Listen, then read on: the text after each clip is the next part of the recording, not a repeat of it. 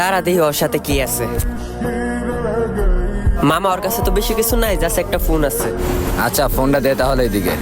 আচ্ছা ওরে যাইতে বল। আচ্ছা তাহলে তুই যা যা। আচ্ছা চল তাহলে সবাই ভাইয়ের কাছে গিয়ে ফোনটা জমা দিয়ে আসি। আচ্ছা চল তাহলে।